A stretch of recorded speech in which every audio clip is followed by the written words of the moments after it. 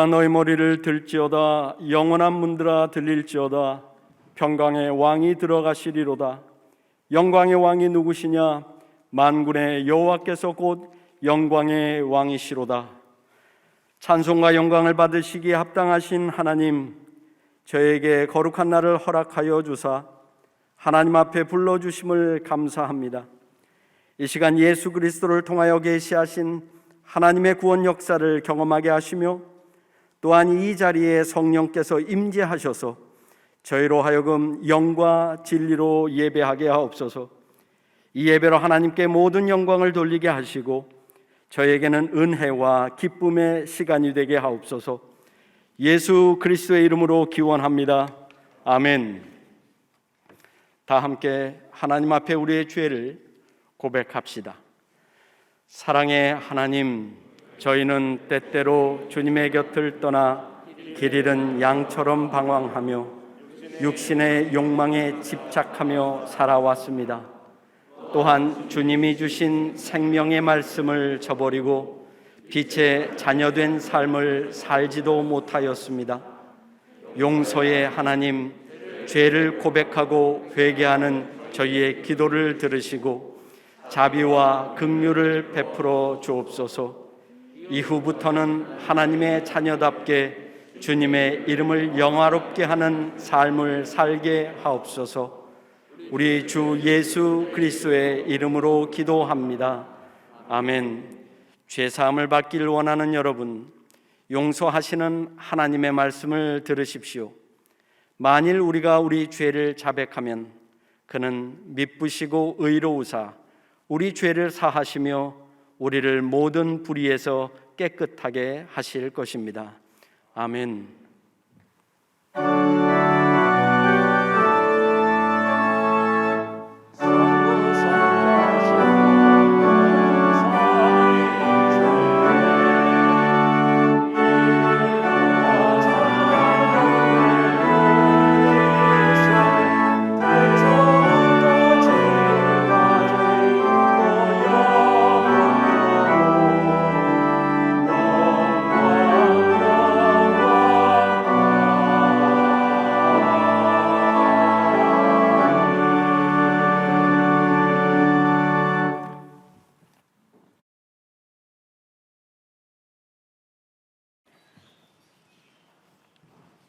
구약의 말씀입니다. 여호와여, 내가 주를 높일 것은 주께서 나를 끌어내사 내 원수로 하여금 나로 말미암아 기뻐하지 못하게 하심이니이다. 여호와 내 하나님이여, 내가 주께 부르짖음에 나를 고치셨나이다. 여호와여, 주께서 내 영혼을 스올에서 끌어내어 나를 살리사 무덤으로 내려가지 아니하게 하셨나이다. 주의 성도들아, 여호와를 찬송하며 그의 거룩함을 기억하며 감사하라. 그의 노염은 잠깐이요 그의 은총은 평생이로다. 저녁에는 울음이 깃들일지라도 아침에는 기쁨이 오리로다. 내가 형통할 때에 말하기를 영원히 흔들리지 아니하리라 하였도다. 여호와여, 주의 은혜로 나를 산같이 굳게 세우셨더니 주의 얼굴을 가리심에 내가 근심하였나이다. 여호와여, 내가 주께 부르짖고 여호와께 간구하기를 내가 무덤에 내려갈 때에 나의 피가 무슨 유익이 있으리요? 진토가 어떻게 주를 찬송하며 주의 진리를 선포하리이까?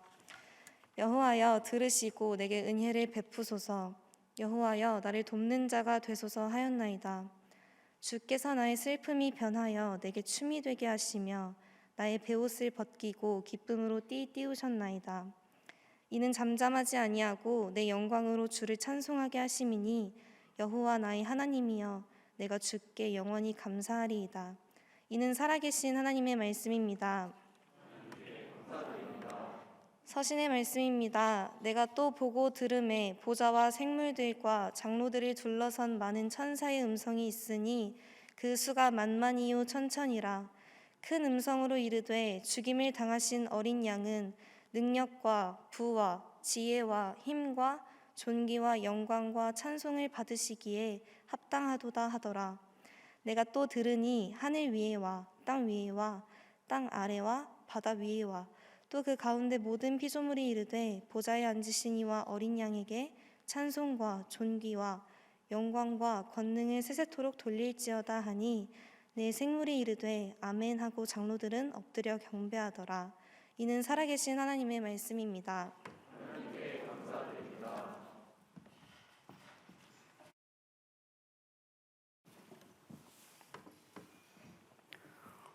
오늘 하나님께서 우리에게 허락하신 복음서의 말씀은 요한복음 20장 24절에서 29절까지의 말씀입니다. 12 제자 중에 하나로서 디두모라 불리는 도마는 예수께서 오셨을 때에 함께 있지 아니한지라. 다른 제자들이 그에게 이르되 우리가 주를 보았노라 하니 도마가 이르되 내가 그의 손에 못자국을 보며 내 손가락을 그 못자국에 넣으며 내 손을 그 옆구리에 넣어보지 않고는 믿지 아니하겠노라 하니라. 여드레를 지나서 제자들이 다시 집 안에 있을 때에 도마도 함께 있고 문들이 닫혔는데 예수께서 오사 가운데 서서 이르시되 너희에게 평강이 있을지어다 하시고 도마에게 이르시되 내 손가락을 이리 내밀어 내 손을 보고 내 손을 내밀어 내 옆구리에 넣어보라. 그리하여 믿음 없는 자가 되지 말고 믿는 자가 되라. 도마가 대답하여 이르되 나의 주님이시요 나의 하나님이시니이다. 예수께서 이르시되 너는 나를 본고로 믿느냐? 보지 못하고 믿는 자들은 복되도다 하시니라. 이는 하나님의 말씀입니다.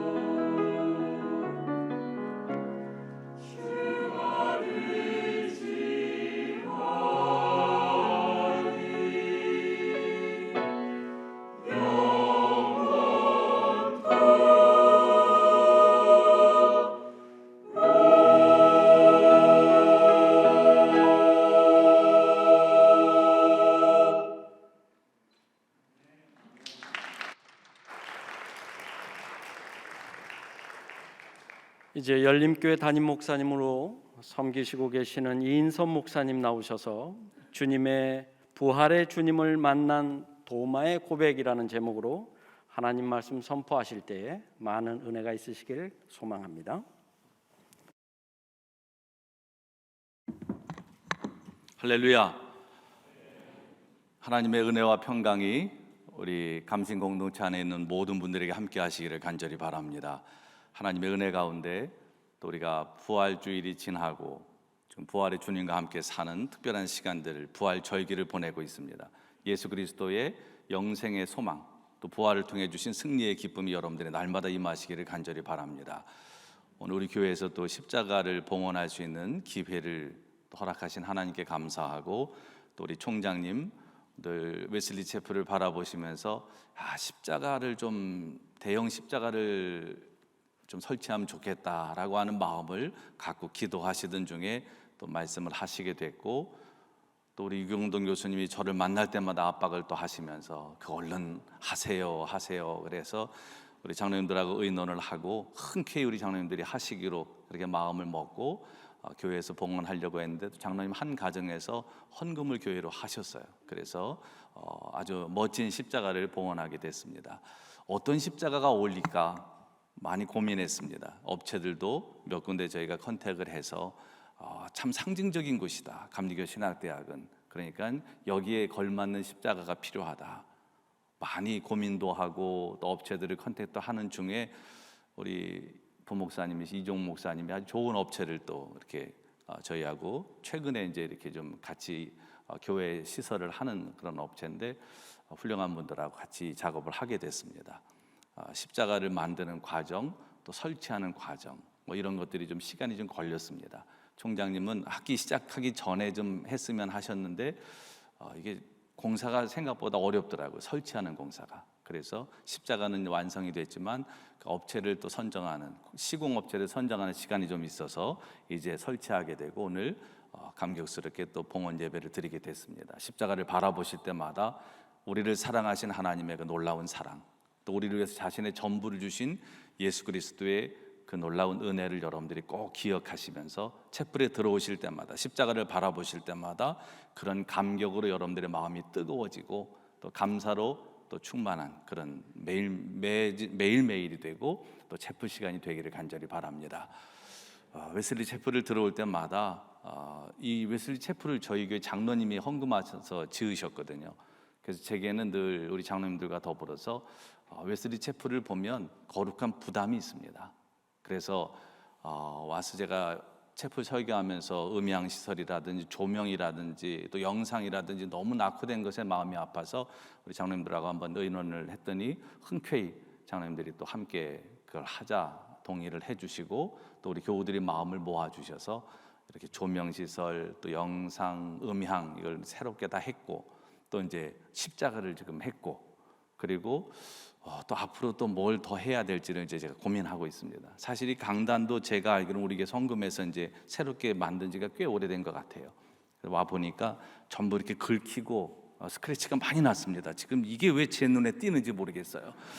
이런 게 눈에 안 띄어야지 제가 부담을 안 갖는데 앉아서 보니까 너무 스크래치가 많아요. 강단 위가. 그래서 이것도 어떻게 좀 해야 되겠구나 하는 마음을 또 하나님이 자꾸 주십니다. 저는 웨슬리 체프를 자주 오면 안 될 것 같아요. 올 때마다 하나님께서 이런 부담을 주시니까 근데 그거 아십니까? 하나님이 거룩한 부담을 주시면 사명으로 알고 하면 됩니다. 그러면 그게 복이 돼요. 그러니까 오늘도 또 거룩한 부담을 마음에 안고 우리 장로님들 같이 오셨는데 앞으로 또 계속 기도하면서 여러분들이 정말 더 은혜로운 예배를 드릴 수 있는 그런 환경을 만들 수 있는 일을 위해서 저희는 계속 또 기도하면서 헌신하겠습니다. 어떤 사람의 그 한 사람을 떠올리게 되면 그 사람의 이미지가 생각납니다. 여러분들은 누군가에게 어떤 이미지로 기억이 되십니까? 사실 인생을 살면서 중요한 거는 누가 나를 떠올렸을 때 어떤 단어로 나를 기억할까라고 하는 게 굉장히 중요합니다. 여러분들이 그것을 생각하면서 인생을 살아야 돼요. 그래야지 누구 그러면 그 사람은 이런 사람, 그게 뭐 이렇게 단정지어서 그 사람을 정확히 표현할 수는 없지만 그래도 우리는 은연중에 벌써 누군가로부터 그런 평가를 받고 살고 있습니다. 그 사람 이런 사람. 그 성경에도 보면 예수님의 제자들만 놓고 봐도 제자들의 이름을 떠올리면 생각나는 이미지가 있어요. 베드로 그러면 좀 우직하지만 좀 다혈질, 이렇게 생각이 됩니다. 신앙 고백도 물론 긍정적인 신앙 고백도 생각이 나지만, 그리고 또 가룟 유다 그러면 뭐가 떠오르십니까? 예수님을 팔아넘긴 배신자의 이미지로 우리는 기억하고 있습니다. 그리고 도마 그러면 의심 많은 제자라고 하는 생각으로 우리는 갔습니다. 그러니까 도마는 어쩌면 의심의 대명사처럼 우리에게 그렇게 비춰졌습니다. 도마 입장에서 본다면 좀 억울할 수도 있어요. 그리고 우리가 누군가를 평가할 때 그 사람은 이런 사람이라고 하는 평가는 좀 자제할 필요가 있습니다. 왜냐하면 선한 사람들 중에도 악한 면이 있고요, 악한 사람이라고 평가되는 사람도 선한 면이 있기 때문이에요. 그래서 좀 조심할 필요가 있는데, 어쨌든 오늘 이 도마는 사복음서에 다 도마 이름이 나옵니다. 그런데 대부분 복음서에는 도마를 그냥 예수님의 제자 중 한 사람으로 소개를 합니다. 그런데 요한만큼은, 사도 요한은 도마를 굉장히 캐릭터를 지닌 인물로 우리에게 소개해주고 있어요. 그러니까 요한복음을 전체를 이끌어가는 데 있어서 도마의 역할이 굉장히 중요합니다. 자, 우선 요한복음에 도마가 제일 먼저 등장하는 곳은 어디냐면 요한복음 10장과 11장입니다. 거기에 어떤 사건이 있었냐면 예수님께서 이제 말씀을 가르치시고 하나님 나라를 선포하시고 사람들을 치유하는 모습을 보면서 유대 종교 지도자들이 예수님께 도대체 당신이 누군데 이런 일을 하느냐라고 하는 질문을 했을 때 예수님께서 나와 아버지는 하나다라고 말씀을 하세요. 그러니까 요한은 그걸 통해서 예수님이 하나님이시다고 하는 것을 드러내시는 그런 장면으로 얘기합니다. 그러다 보니까 이게 신성 모독이 돼서 유대 종교 지도자들은 예수님을 돌로 치려고 합니다. 죽이려고 하는 마음을 가진 거예요. 그러다 보니까 예수님과 제자들이 그 위협을 느끼고 잠시 피신을 가셨습니다. 그게 어디냐면 요단 건너에 있는 베단이라고 하는 그 지역으로 피신을 가셨어요. 여기는 베레아 지역입니다. 유대 지방을 떠나서 베레아 지방으로 가신 거예요. 거긴 유대인들이 이렇게 쉽게 올 수 없는 곳입니다. 그래서 거기에 피신하고 계셨는데 요한복음 11장에 보면 이 예루살렘 근처에 있는 베다니에 사는 나사로가 병들어 죽게 됐다고 하는 소식을 예수님께서 들으십니다. 워낙 사랑했던 가정이고 사랑했던 사람들이다 보니까 유대인들의 그 죽이려고 하는 그런 살기등등한 그런 모습을 피해서 왔음에도 불구하고 예수님께서는 다시 그곳으로 가시려고 하는 마음을 먹으세요. 제자들은 다 망설였습니다. 그리고 예수님을 만류했어요. 가시면 죽습니다. 위험합니다. 그때 나선 사람이 누구냐? 도마입니다. 도마가 뭐라고 얘기했냐면 우리도 예수님과 함께 죽으러 가자라고 얘기를 했어요. 이게 잘못 들으면 비아냥거리는 듯한 그런 해석을 할 수도 있어요. 예수님과 함께 죽으러 가자. 예수님이 가자고 하는데 뭐 우리가 무슨 힘이 있냐? 그냥 예수님 따라서 우리도 죽으러 가자. 이렇게 해석할 수도 있지만 대부분의 성경학자들은 그것은 도마가 비아냥거리는 말로 한 것이 아니고 어떻게 예수님을 그 험한 곳에, 그 위험한 곳에 혼자 보낼 수 있겠나? 우리도 같이 가자. 죽기를 각오하고 예수님을 따르자라고 하는 어떤 그런 굉장히 의리 있는, 그러면서도 충직한 제자로서 요한은 이 도마를 소개합니다. 그리고 도마가 또 두 번째로 요한복음에 나오는 장면은 어디냐면 요한복음 14장이에요. 예수님께서 떠나실 것을 제자들에게 얘기하시는 장면입니다. 예수님께서 이제 곧 떠나실 거고 또 하나님 나라 가셔서 너희들이 거할 것을 내가 잘 거처를 예비하고 난 다음에 다시 와서 너희를 그리로 데려가겠다라고 말씀을 하세요. 그러면서 예수님께서 제자들에게 너희가 그 길을 알 거다라고 말씀을 하십니다. 왜냐하면 평상시에도 예수님께서는 떠나심에 대한 얘기를 제자들에게 하셨어요. 그러니까 예수님께서는 당연히 알고 있을 거라고 생각하셨습니다. 그런데 제자들은 모르면서도 아무도 거기에 대해 질문하지 않았어요. 그때 도마가 뭔 질문하냐 하면 요한복음 14장 5절에 보면 예수님, 우리가 예수님이 어디로 가시는지를 모르는데 그 길을 어떻게 알겠습니까? 그때 예수님께서 하신 유명한 말씀이 있어요. 요한복음 14장 6절 말씀에 보면 내가 곧 길이요 진리요 생명이니 나로 말미암지 않고는 아버지께로 올 자가 없다. 그 예수님의 유명한 그 대답을 도마는 질문을 통해서 이끌어냈습니다. 요한은 도마를 통해서 예수님의 중요한 진리를, 도마의 질문을 통해서 도마가 그것을 이끌어내는 그런 중요한 질문을 하는 인물로, 그런 캐릭터가 있는 인물로 도마를 부각시키고 있어요. 그리고 또 도마의 이야기가 나오는 게 오늘 본문 말씀입니다. 요한복음 20장. 이 말씀은 어떤 장면입니까? 예수님께서 부활하시고 난 다음에 그 주일 저녁에 제자들에게 나타나셨어요. 그래서 제자들은 다 부활하신 예수님을 만났습니다. 그런데 무슨 이유인지 성경에는 정확히 기록이 되어 있지 않지만 도마는 그 자리에 없었어요. 그래서 도마가 제자들이 다 예수님의 부활을 믿고 보았다고 할 때 나는 그걸 못 믿겠다. 내가 직접 예수님의 손에 못자국을 만져보고 옆구리에 손을 넣어보기 전에는 나는 못 믿겠다라고 하는 얘기를 한 거예요. 그래서 사실 오늘 이 본문의 말씀 때문에 도마가 의심 많은 제자라고 하는 그런 어떤 프레임의 시음을 쓰게 된 거죠. 근데 사실 생각해 보면 도마는 그 자리에 없었기 때문에, 예수님을, 부활의 주님을 만나지 못했기 때문에 그런 얘기를 한 거예요. 그 자리에 도마가 있었다면 도마도 다른 제자들처럼 예수님의 부활을 분명히 믿었을 겁니다. 도마는 좀 억울한 측면이 있어요. 의심 많은 도마라고 그렇게 프레임이 씌워진 도마는 굉장히 억울할 수 있습니다. 내가 그 자리에 없었는데 나는 직접 예수님을 보고 믿겠다.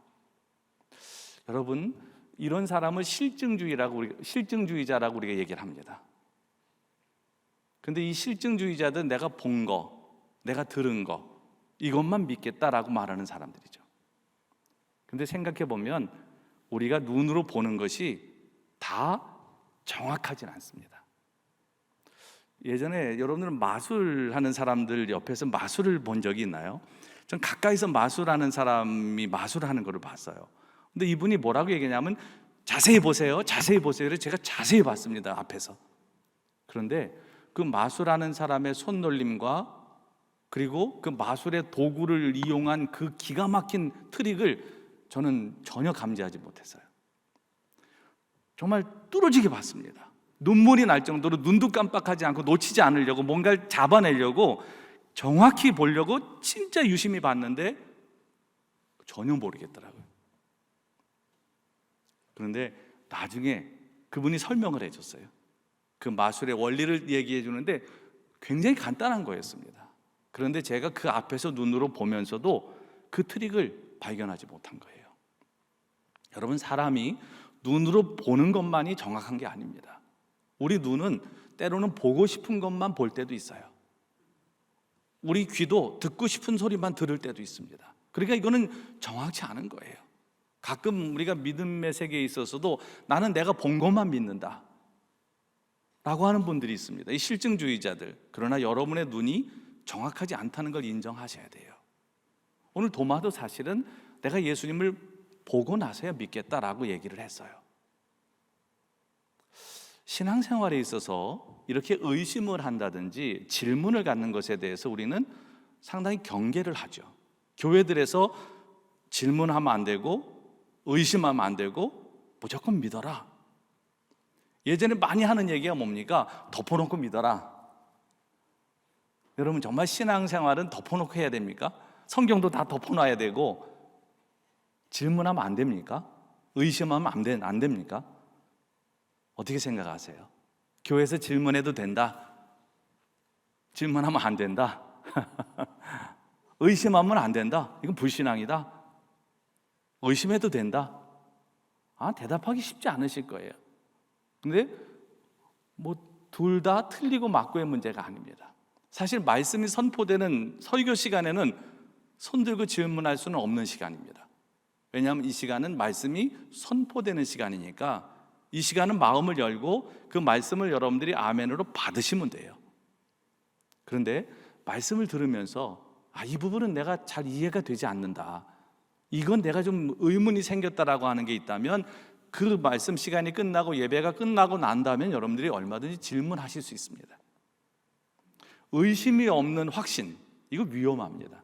맹목적인 어떤 신앙, 이것이 결국은 이상한 종교 집단을 양산해냅니다. 대부분 이 사회에 무리를 일으키는 이상한 종교 집단들의 특징은 뭔지 아십니까? 이 맹목적인 신앙에 사로잡혀 있다는 거예요. 사람들의 눈이 다 가리워져 있습니다. 의심하지 않습니다. 질문하지 않습니다. 그러면 잘못된 길로 갈 수 있어요. 그래서 여러분들이 신앙생활을 제대로 하려면 확고한 믿음을 갖기를 위한 질문, 분명한 믿음의 확신을 갖기를 위한 의심은 필요합니다. 그런데 한 가지 경계해야 될 게 있어요. 그건 뭐냐 하면 내가 확신을 갖기 위해서 믿음을 갖기를 위한 질문이나 의심이 아닌 그냥 뭔가를 부정하기를 위해서 또 아니면 내가 아는 것을 드러내기를 위한 질문은 별로 그렇게 유용하지 않습니다.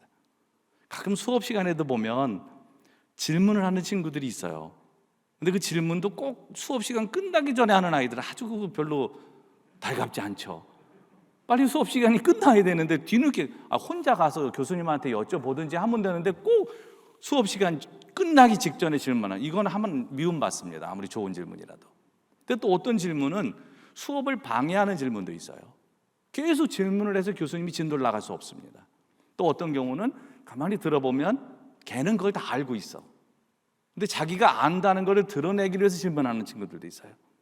이런 질문들은 사실은 그렇게 유용하지 않아요. 물론 그 질문을 통해서 교수님의 어떤 대답을 통해서 사람들이 그 어떤 의문에 대해서 그것이 해소된다면 그거는 좋은 질문입니다. 그러나 질문을 위한 질문, 뭔가 부정적인 질문, 이것들은 그렇게 크게 도움은 되지 않아요. 근데 오늘 도마가 질문한 거는, 도마의 의심은 그냥 거부하기를 위한, 불신앙을 위한 의심과 질문이 아니었다는 거예요. 도마는 더 정확히 믿기 위해서 제대로 믿기를 위한 질문을 한 겁니다. 그래서 우리에게 이런 질문과 이런 의심은 필요합니다. 특히 여러분들이 신학을 하면서는 감리교 신학대학에 들어와서 굉장히 많은 의문과 질문이 생기실 거예요. 저도 그랬습니다. 그래서 우리가 1학년 때도 그렇고 감신을 다니는 내내 점심시간은 엄청난 토론의 시간이었어요. 점심을 먹으면서 그 전에 공부했던 그 수업 시간에 배웠던 것을 가지고 열띤 토론을 했어요.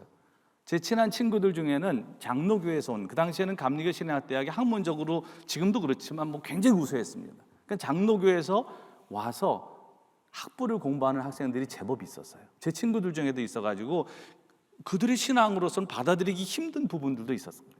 그래서 그걸 가지고 열띤 토론을 했습니다. 점심시간은 그런 시간이었어요. 정말 치열하게 그런 부분을 가지고 서로 얘기하고 받아들이기 힘든 부분들에 대해서 힘들어하고, 그러면서 그 질문과 의심을 통해서 더 단단한 신앙이, 더 굳건한 그런 신앙이 세워지게 됐죠. 신학을 바탕으로 해서. 근데 그때, 지금은 돌아가셨는데 박봉배 학장님이 제가 잊지 않는 이야기가 있어요. 챗불에서 무슨 얘기를 하셨냐면, 저희가 막 이제 신입생으로 입학했을 때인 것 같아요. 여러분들이 지금 가지고 있는 신앙적인 집, 지금까지 살아오면서 여러분들이 지은 신앙의 집을, 신학을 공부하면서 과감하게 허물어 버려야지만 새 집을 지을 수 있다. 혹시라도 그 집이 무너지는 것에 대해서 너무 두려워하거나 주저하지 마라. 하나님께 모든 것을 맡기고, 여러분들이 지금까지 어설프게 지어진 어떤 신앙의 집이 신학을 통해서 무너지고 새로운 집이 지어지는 과정이 필요하다면 그런 부분들에 있어서 좀 하나님께 모든 것을 맡기고 마음을 열고 두려워하지 말라고. 저는 그 얘기가 지금도 제 마음속에 여전히 살아 있습니다. 여러분, 신앙은 의심과 질문이 없이 하는 게 아닙니다. 여러분들이 혹시라도 질문이 생기면, 의심이 생기면 교수님께도 여쭤보고 교회에서 목사님들께도 물어보십시오. 그리고 그 질문을 통해서 진리에 이르게 되시기를 바라고 더 분명한 믿음을 갖게 되시기를 축복합니다. 오늘 도마가 그랬어요. 근데 오늘 말씀해 보면 도마가 그런 마음을 가졌을 때 예수님께서 이제 다시 제자들에게 오십니다. 그때가 언제입니까? 오늘 말씀해 보면 여드레를 지나서 제자들이 다시 집안에 있을 때 도마도 그때는 함께 있었어요. 그때 예수님께서 오셨습니다. 왜 여드레일까? 여드레는 며칠이에요? 8일입니다. 8일. 그러니까 일주일 후라고 하는 얘기인데 우리는 주로 일주일 후 그러면 7일 이후를 얘기하잖아요. 근데 유대인들은 그날부터를 카운트한다 그래요. 그날부터. 그러니까 주일부터, 예수님께서 오셨던 부활의 날 그 주일부터 시작해서 주일, 월, 화, 수, 목, 금, 토, 주일. 그렇게 일주일. 그래서 여드레 만에 주일날 예수님께서 이제 제자들에게 다시 오신 것을 얘기하고 있습니다. 근데 그때 도마가 있었어요. 근데 예수님께서 오셔서 말씀을 하십니다. 오늘 말씀에 보면 우선 너희에게 평강이 있을지어다. 부활의 주님께서 계속 제자들에게 오시면서 첫 마디는 뭐냐면 평강을 선포하는 일이에요. 이 샬롬을 선포하는 일입니다. 이건 뭐냐 하면 메시아의 사역이에요. 구약 성경에 보면 메시아가 오셔서 해야 될 중요한 일 중에 하나가 평화를 선포하시는 일이에요. 당시 로마가 지배하던 세상이었습니다. 로마 황제인 가이사가 주는 그런 위장된 평화, 팍스 로마나라고 얘기하죠. 뭔가 이게 그냥 외형적이지만 진짜 평화가 아닌 거짓 평화가 아니고 메시아가 오셔서는 진짜 평화를 주실 거다. 그래서 구약의 예언자들이 그걸 얘기했고 예수님께서 부활하시고 난 후에는 계속 평강을 선포하세요. 저는 여러분들이 부활의 주님을 만남으로 이런 평강의 은혜를 꼭 누리시게 되기를 바랍니다. 현대인들의 삶은 우리 학생들도 그렇고 다 너무 고단하고 힘들어요. 우리가 감당하기에는 버거운 그런 삶입니다. 그러다 보니까 우울증에도 많이 걸리고 어떤 무덤 같은 삶에 갇혀있고 어둠에 갇혀있는 사람들이 굉장히 많습니다. 예수님께서 그런 우리들에게 오셔서 말씀하세요. 너에게 평강이 있을지어다. 저는 여러분들이 그 부활의 주님을 꼭 만나고 부활의 주님과 동행하심으로 이런 평강을 꼭 누리시게 되기를 바랍니다. 그리고 예수님께서 도마에게 말씀을 하세요. 내 손가락을 이리 내밀어 내 손을 보고 내 손을 내밀어 내 옆구리에 넣어봐라. 그리하여 믿음 없는 자가 되지 말고 믿는 자가 되라. 도마가 예수님의 손에 자기의 손을 한번 넣어봤을까요? 도마가 예수님의 옆구리에 창자국을 만져봤을까요? 성경은 거기에 대해서 우리에게 증언해 주지 않습니다. 도마가 그 이후에 어떻게 행동했는지는 생략되어 있어요. 이제 우리는 행간을 읽어야 되죠. 상상력을. 이제 여기서 이제 성경을 읽는 상상력이 필요합니다. 많은 중세 화가들이 그래서 이 장면을 놓고 의심 많은 도마라고 하는 그런 그림 이런 것들을 그리면서 도마가 실제로 예수님의 그 손을 그다음에 이 창자국을 만져보는 그런 그림을 그렸어요. 근데 재밌는 게 뭔지 아십니까? 그 주변에 있는 다른 제자들이 도마가 만져볼 때 다 궁금해서 그걸 보고 있어요. 다른 제자들도 예수님 부활의 주님을 믿긴 믿었지만 뭔가 이 실증, 정말 예수님이 그 십자가에 달려 죽으셨던 그 예수님이 부활하신 것에 대한 궁금함이 그들에게도 사실 있었던 거죠. 오늘 말씀에는 도마가 진짜 만져봤는지에 대한 기록은 나와 있지 않습니다. 다만 중요한 고백 하나가 나와요. 28절입니다. 도마가 대답하여 이르되 나의 주님이시요 나의 하나님이십니다. 나의 주님이시요 나의 하나님이십니다. 이 고백이 요한이 굉장히 중요시 여기는 이 고백입니다. 다른 복음서에 베드로의 주는 그리스도시요 살아계신 하나님의 아들이십니다라고 하는 이 중요한 고백이 다른 복음서에 나오는 그런 예수님에 대한 고백이라면 요한은 도마의 이 고백을 굉장히 중요시 여깁니다. 나의 주님이시요 나의 하나님이십니다. The Lord and the God.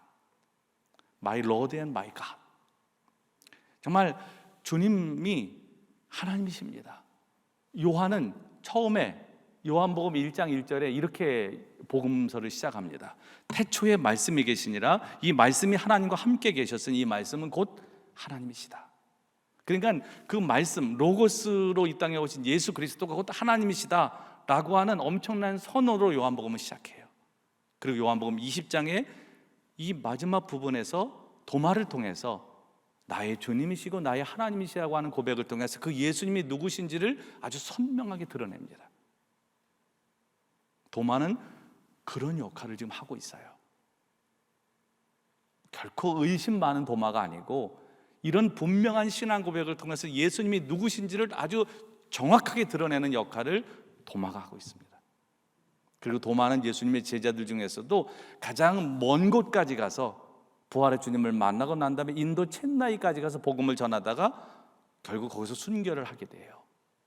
그냥 대단한 인물입니다. 도마는 그냥 의심 많은 도마를 우리가 의심으로 도마를 생각하기에는 너무 중요한 예수님의 제자가 도마였어요. 저는 여러분들이 때로는 의심할 수 있습니다. 질문할 수 있습니다. 그러나 그 의심과 질문을 넘어 도마처럼 오히려 진리의 말씀을 이끌어내는 질문, 의심, 그리고 오히려 더 확고한 믿음에 이르는 그런 질문과 의심을 통해서 도마처럼 하나님 앞에 사랑받는, 하나님 앞에 쓰임받는 귀한 일꾼들이 꼭 되시기를 간절히 축복합니다. 그리고 예수님께서는 이 도마를 통해서 중요한 말씀을 하세요. 29절에 보면 예수께서 이르시되 너는 나를 본고로 믿느냐, 보지 못하고 믿는 자들은 복되도다. 베드로는 칭찬하셨는데 도마에 대한 칭찬보다는 앞으로 후세 부활의 주님을 직접 보고 믿는 것이 아니고 우리처럼 말씀을 통해서 믿게 될 사람들에게 이 말씀을 통해서 예수님께서 굉장히 계시적인 말씀을 하시는 겁니다. 앞으로 우리는 부활의 주님을 만져본 적도 없고 만나본 적도 없어요. 그러나 말씀을 통해서 우리는 예수님의 부활을 분명히 믿습니다. 그리고 그런 사람들이 복되다는 거예요. 부활의 주님을 만나셨습니까? 부활의 주님을 만나야지 평강이 회복됩니다. 부활의 주님을 만나야지 기쁨이 회복됩니다. 부활의 주님을 만나야지 사명이 회복됩니다. 저는 여러분들이 꼭 이 주님을 만남으로 평강도 회복하시고 기쁨도 회복하시고 사명도 회복하셔서 하나님 앞에 온전히 쓰임받는 거룩한 일꾼들이 다 되시기를, 도마처럼 이런 위대한 믿음의 고백을 하며 하나님께 쓰임받는 하나님의 일꾼들이 다 되시기를 우리 주님의 이름으로 간절히 축원합니다. 기도하겠습니다. 이 시간 기도하실 때 우리 잠깐만 통성으로 한 1분만 기도하기를 원합니다. 하나님, 우리가 부활의 주님을 믿습니다. 아직 그 믿음이 없다는 그 믿음 주시고 부활의 주님과 동행함으로, 부활의 주님과 함께함으로 평강도 누리고 기쁨도 누리고 또 사명도 감당하는 우리들이 되게 해달라고 우리 간절한 마음으로 기도하시겠습니다. 전능하신 하나님 감사합니다. 오늘 주신 말씀 마음에 새기며 기도합니다. 하나님, 도마가 부활의 주님을 만남으로 그의 마음에 모든 평강과 기쁨과 또 사명이 회복이 됐고, 또 그가 의심하고 질문한 것이 단순히 예수님을 거부하려고 한 것이 아니고 부활의 주님을 더 확고하게 믿기를 위한 과정이었던 것을 우리가 봅니다. 아버지 하나님, 우리가 공부하는 과정 속에서, 신앙생활하는 과정 속에서 질문도 있고 의심도 있는데 이것이 단순히 그냥 질문과 의심으로 끝나는 것이 아니고 더 확고한 믿음으로, 더 예수 그리스도를 따라가는 분명한 발걸음으로 이어지게 하여 주시고, 그래서 우리 모두가 다 하나님 앞에 쓰임받는 거룩한 하나님의 일꾼들이 다 되도록 우리들도 도마처럼 이런 신앙 고백을 통해서 나의 주님이시고 나의 하나님이십니다, 이 분명한 고백을 통해서 주님을 따라가는 우리 모두가 되게 하여 주시옵소서. 예수님의 이름으로 간절히 기도합니다.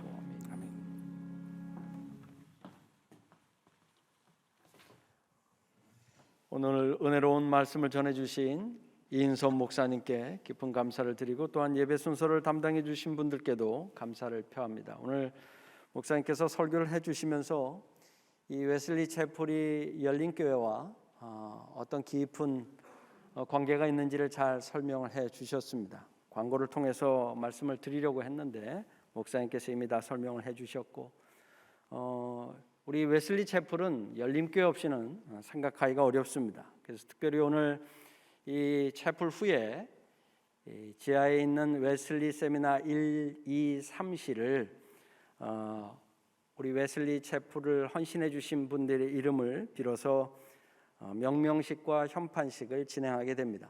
그래서 여러분들도 관심을 가지고 참여해 주시면 감사하겠고, 특별히 오늘 이 예배와 행사를 위해서 우리 장로님 두 분이 예배 함께 해주셨고, 또 열린교회 분들 함께 사역자들도 참석을 해주셨는데, 잠깐 자리에서 일어나시면 우리가 감사의 마음으로 박수하며 환영하고 싶습니다. 장로님들 잠깐 일어나시죠. 늘 섬겨주셔서 감사합니다. 감사의 마음 담아 우리 함께 박수하겠습니다. 감사합니다. 네, 감사합니다.